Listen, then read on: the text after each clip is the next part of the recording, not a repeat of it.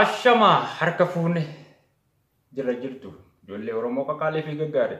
Assalaamu alaikum warahmatullahi wabarakatuh. Salaamtaan jaalalaa bakka jirtanitti gaaraaf lagaan kutaaf gandaan osoo isiniin qoodin bakka jirtanitti qilleensarraan nageenyi jaalala onne isin haa dhaqqabu.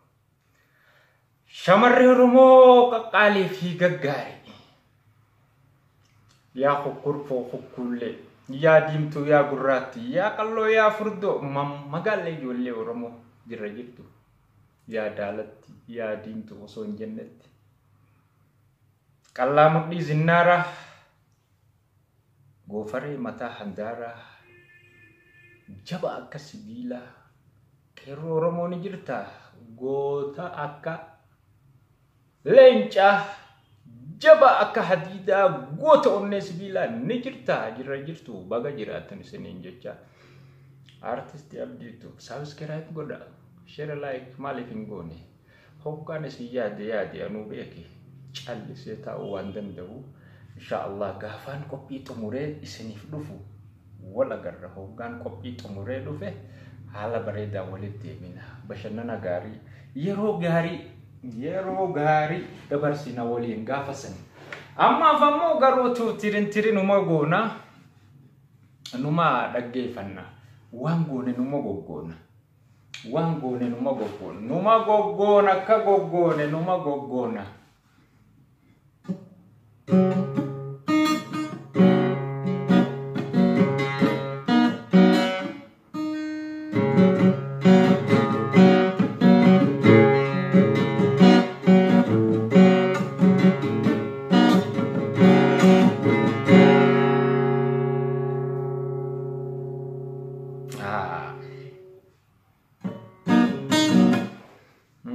Ini lah lamanya segala.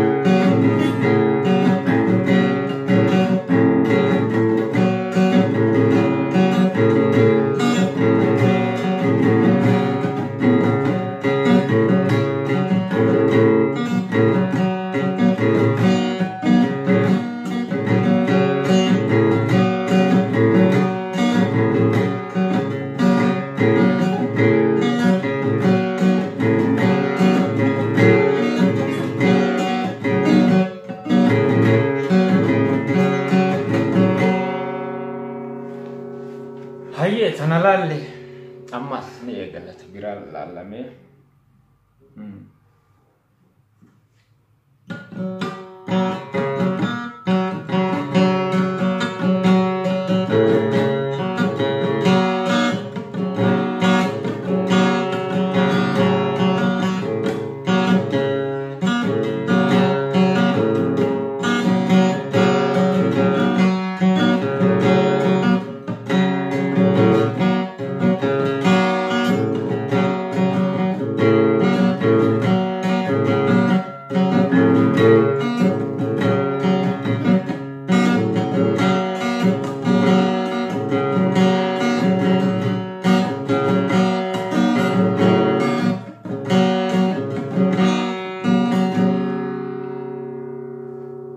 Mewanggo nunu malala, walau malala me.